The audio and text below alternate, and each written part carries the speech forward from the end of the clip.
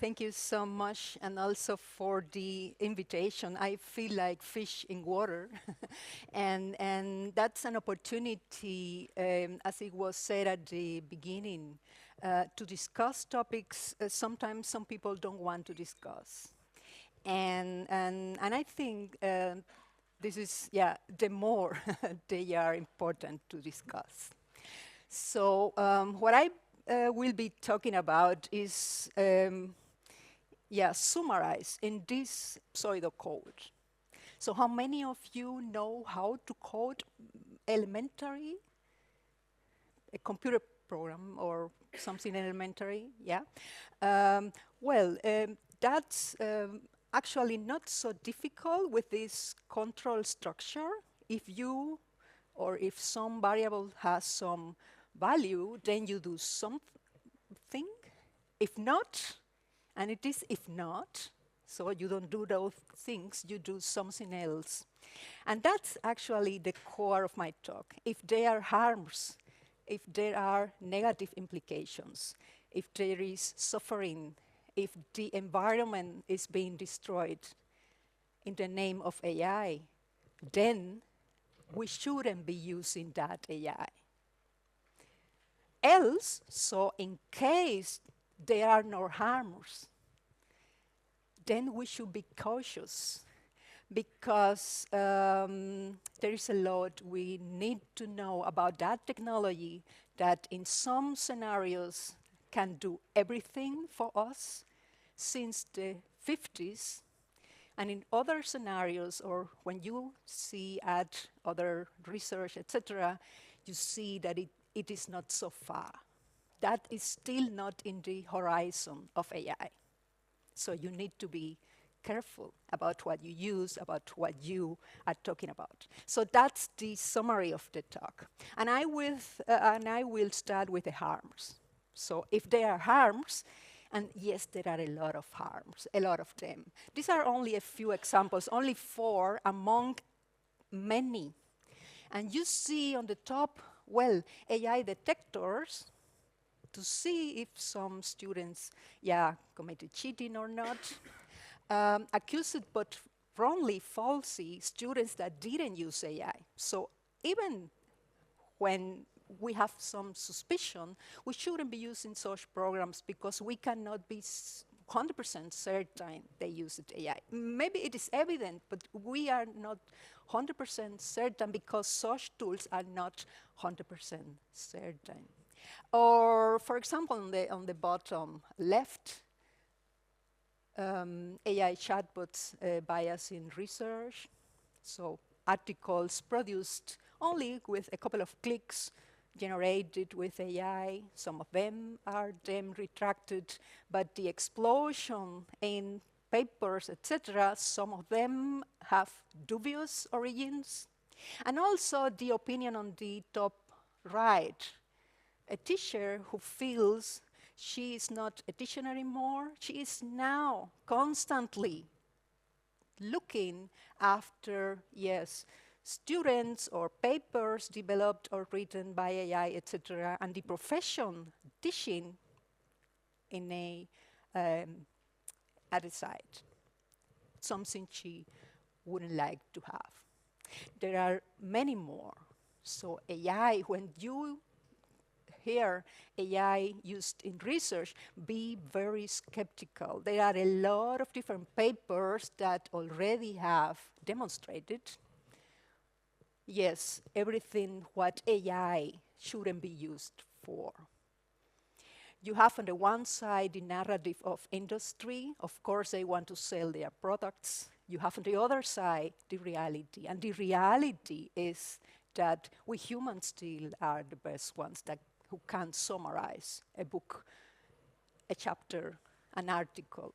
No AI program can do that as we do. What they do is something else. They count statistically more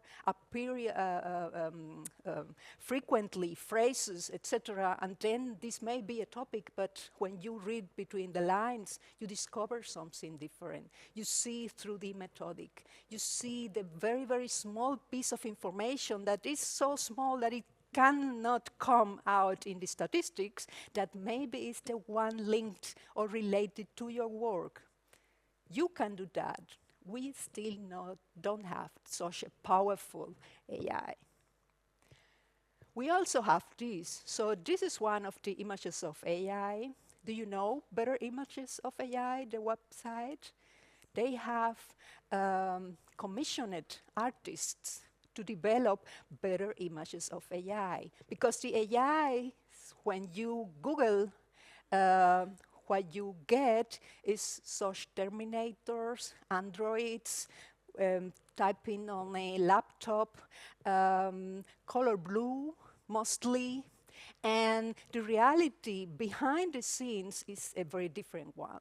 And this picture, for example, so a piece of the description of the artist, the motivation to create that, well, what you have behind is corporate power and profit sustained by the exploitation, control, and domination laying in the hands of a few decision-making profiteers who are mainly, white and mostly men.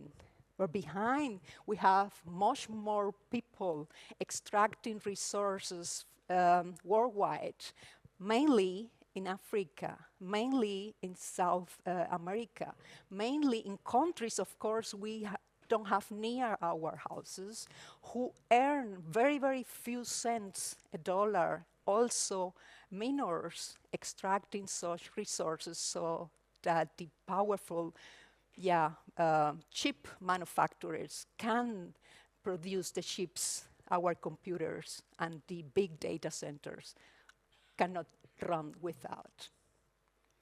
This also contrasts with the many people that are annotating the data so that such algorithms can work. For example, OpenAI, when they scrapped the web and the biggest depth in humanity, took everything they could from the internet, from books, from collections of data. They also decided, because it is a choice, to take from data sets who had also sexual abuse images, a lot of different textual information that should be banned, but still they trained the algorithms with that.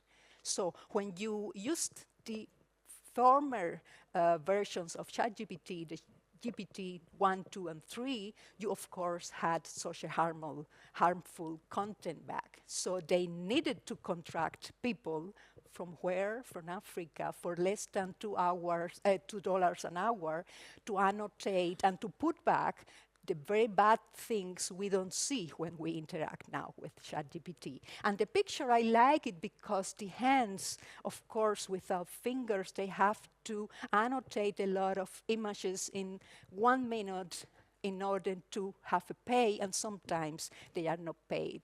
And they are not 10, 100 people. They are thousands, millions, according to one research worldwide. From also Berlin, from also Argentina, Africa mostly, also from prisons, refugees, who of course are paid nothing. And on the other side, OpenAI and all the other big tech companies are making millions of dollars.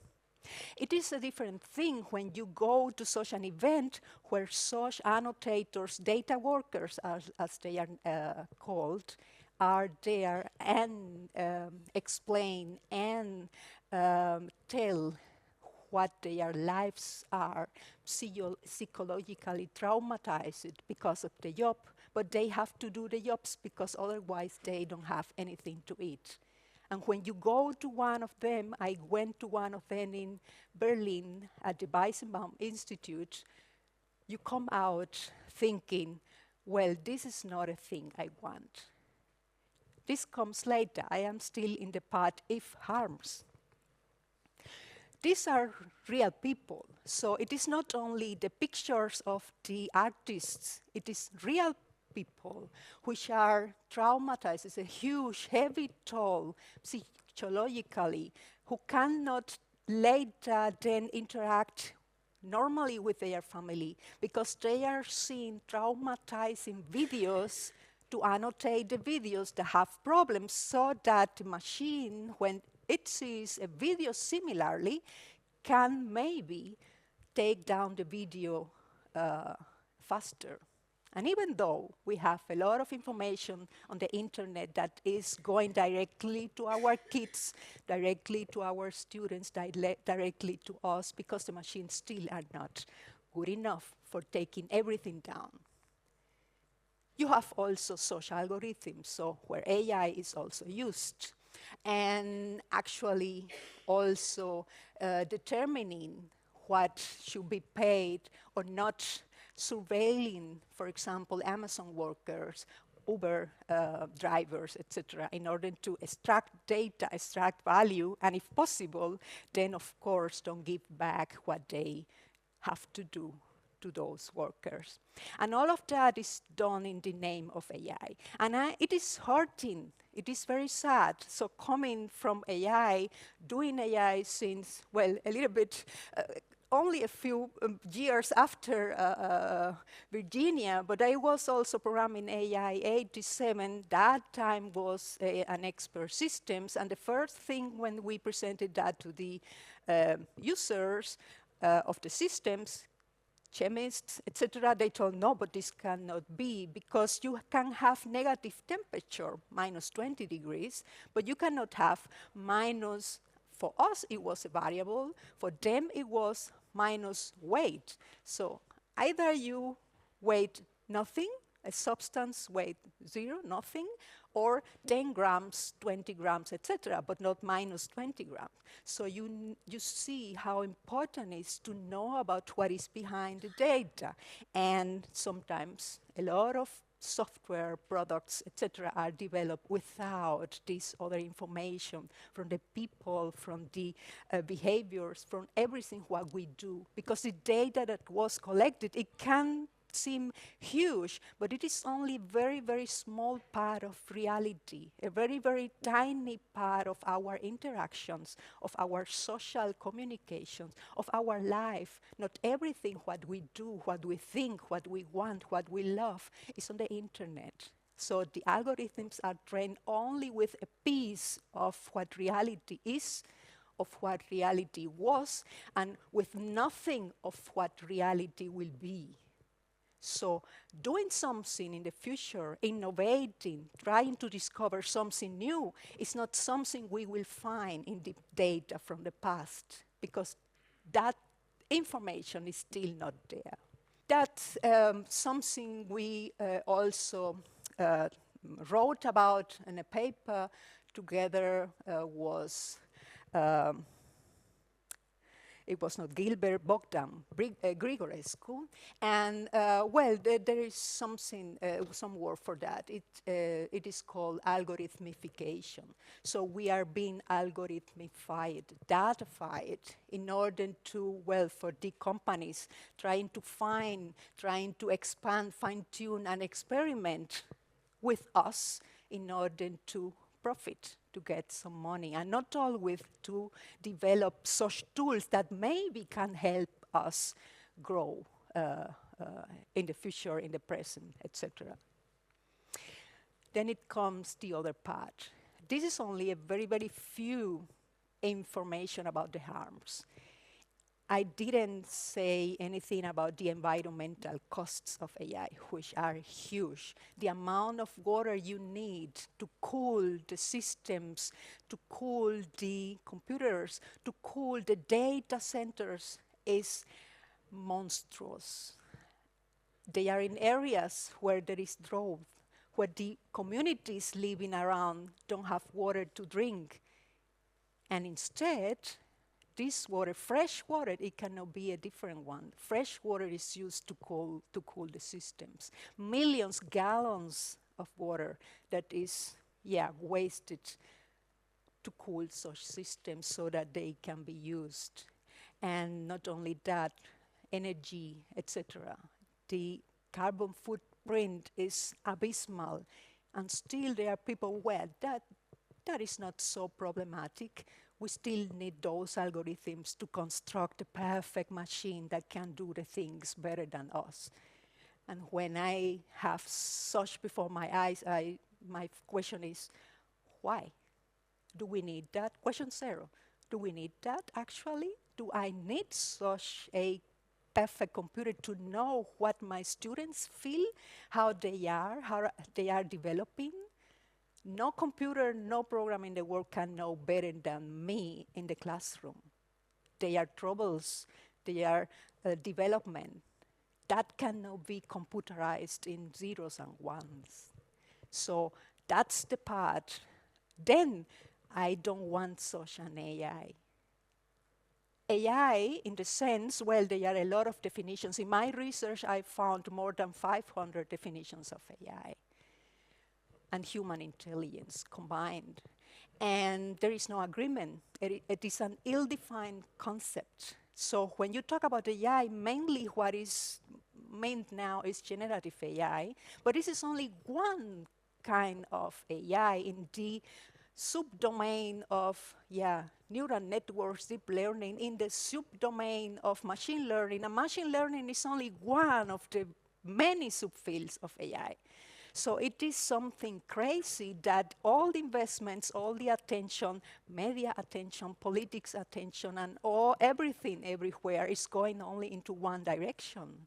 And if you are from economics, then you know what that means when everything goes into only one of the subfields of economics. That's nothing good for the development of a field. So this is even more stressing. No, I don't want that AI. We maybe need other AIs which are better, or maybe in some situations we don't need AI at all. So this is the second part of the talk. And telling that is not always welcome. And it has been historically so. So this is Dreyfus, well, with his brother, but they wrote a book, Mind Over Machine, 1986. I will recommend that to everybody because it seems it was written yesterday. They have trouble. So the first, Hilbert Dreyfus, at MIT, the rejection was so total that students and professors working on the robot projects, a different one, they're not to be seen having lunch with me without risking getting into trouble with their supervisors, of course. So this is something already existed also with Joseph Weizenbaum and other critics. Parenthesis, critics, pessimists, anti-AI, anti-progress, anti-innovation, all the bad things. But if you ask me, well, what is more, can be more anti-progress than having in classroom a program, a system that can only represent part of reality and not allow students to have their voice, to think about the future in a different way? That's anti-progress. That is preventing them to come up with their ideas. They need this trouble. They need this pushing back. They need to see also when there are mistakes so that they can learn. If they are not used, if they don't see that, how can they in the future then develop the technologies we will need?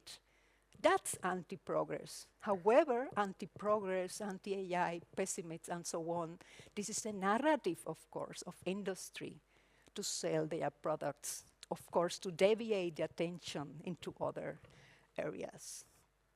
This picture I took at that event in the Weizenbaum Institute. They have a museum. In all the walls you see quotes from Weizenbaum, also his biography, a lot of works he did, and he tells that already. So I am not a computer critic. I cannot criticize the computer. The term is meaningless. Computers cannot deal with criticisms. No, I am a social critic. I am concerned with the role of computers in our society. I think this is the topic of this event too. I am such a critic too, which is not always welcome everywhere. Also not in my university, by the way. But what can I say? Well, if they don't like it, that's their problem. If I cannot sleep well, letting a lot of different things passing on, that's not a life. That's not a professional life I want to live. And I am in a privileged position, so they cannot kick me out so easily. Nah? But that's not the case in other universities, where people are afraid of telling something because of the possible reactions and they can have. There is a lot that has happened historically. Heretics are normally punished and expelled. This is a quote from Weissenbaum. And once someone is finally recognized as a heretic, then people claim he was never a real scientist anyway. You find this very, very often. If you have not publications in the huge, very, very top conferences in AI, well, you are not doing AI. That's not AI. That's not progress. That's not innovation in the field. Come on. It is not the first time now. This has been historically also the case. McKillen, he wrote a book I recommend everybody with title Resisting AI. Well, the people using AI have troubles, have problems when there is something that misrepresents or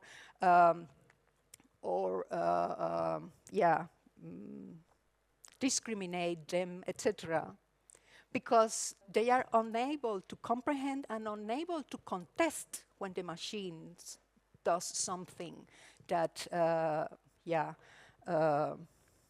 affect them. There is no recourse. They have no choice. They continue to use that, and sometimes what you find is, well, it was the answer of the algorithm, we can do nothing. And also, AI is used, for example, in Argentina, to suppress dissent politically too, from media, academics, and activists that are pushing against the government. Well, AI is used to capture in social networks, etc., what is the topic about, when they write, when they comment, etc., to try to then surveil those people who are a trouble and a problem for the government. This is not new. You know, Hannah Arendt wrote in her Personal Responsibility Under a Dictatorship. I have the edition in German at home. And I like the quote a lot, because she wrote that time, and it was, of course, related to Nazism, the doubters and skeptics will be much more reliable, not because skepticism is good and doubt is healthy. Of course it's not. I would love to do something else. I also love research in the field of AI, but now I think there are other topics that are more interesting and more important to me. But because these people are used to checking things out and forming their own opinions. And my comment after that was, I want to have my own opinion count. And what is happening now is that this own opinion is punished, is rejected. Better not harm them.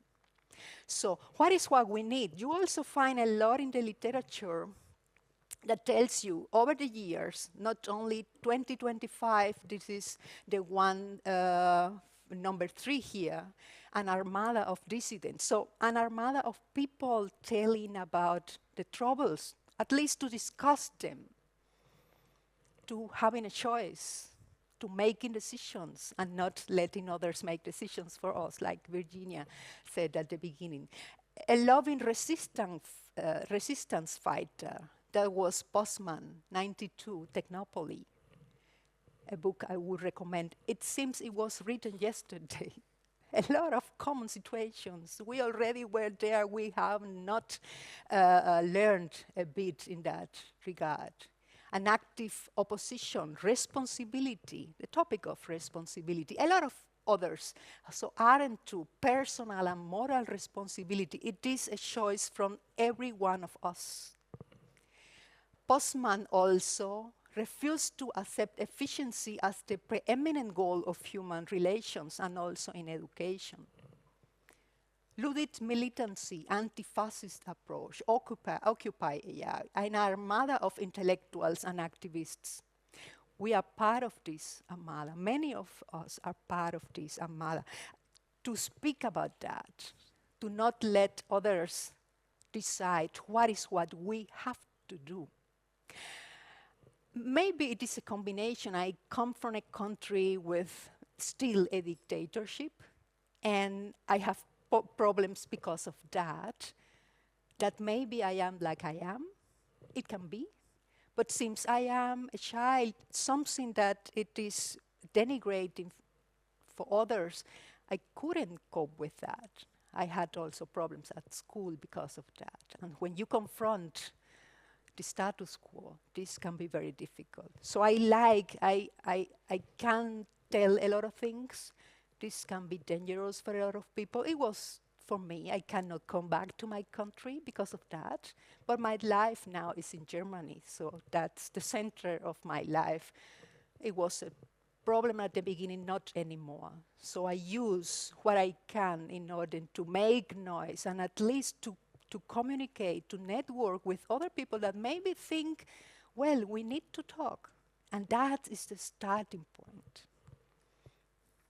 There are a lot of books about that. This is only a very, very tiny collection. I have one of them here. It is the one I am reading now, Empire of AI. I would recommend that to everybody to have a better idea how this industry and also the big tech companies are behind the curtains, to have a better idea of that, but also about the other problems that AI or algorithms, algorithmification is causing. So this is from Sadan. He says, he wrote in the book, so the role of the intellectual is actually understanding phenomena and also sound the alarm with arguments, with awareness, when necessary, not always is necessary.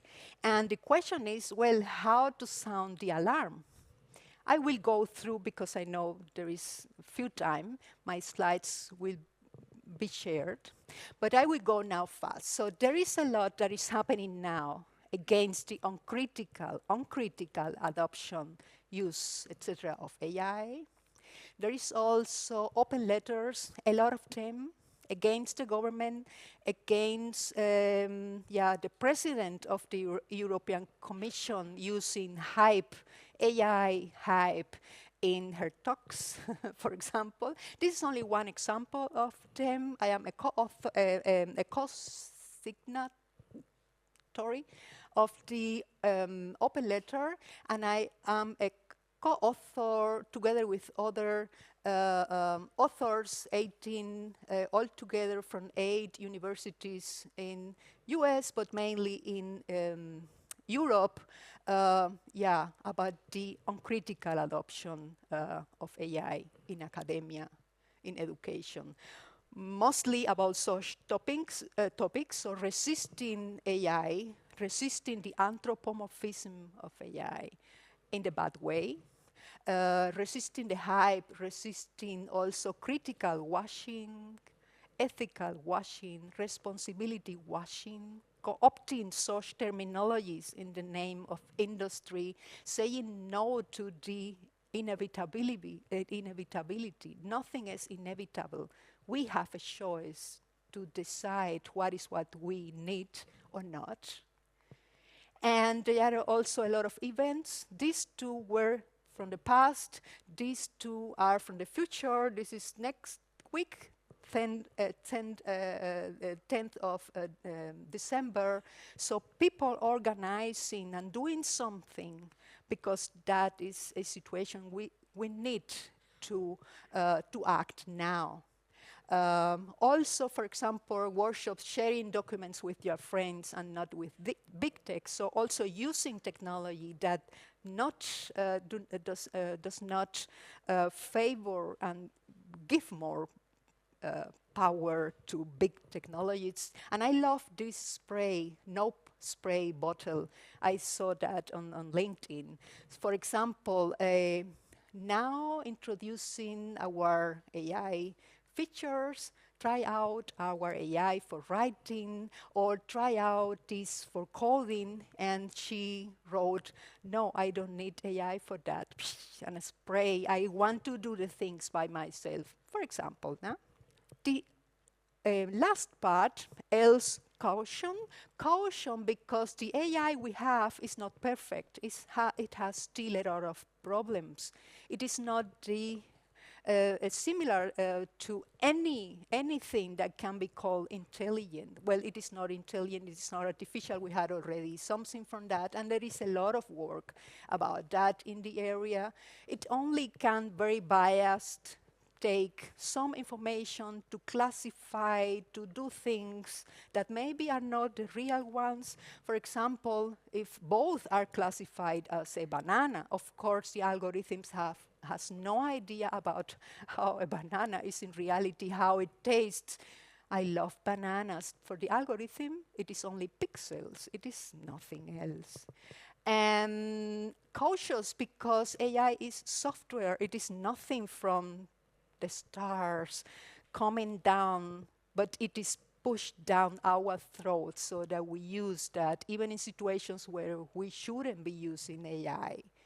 And also for optimizing what? For optimizing the extraction of our value, of our data, in order to make even more powerful and for others to control us, to use in surveillance and so on. This is the not so nice part of the coin.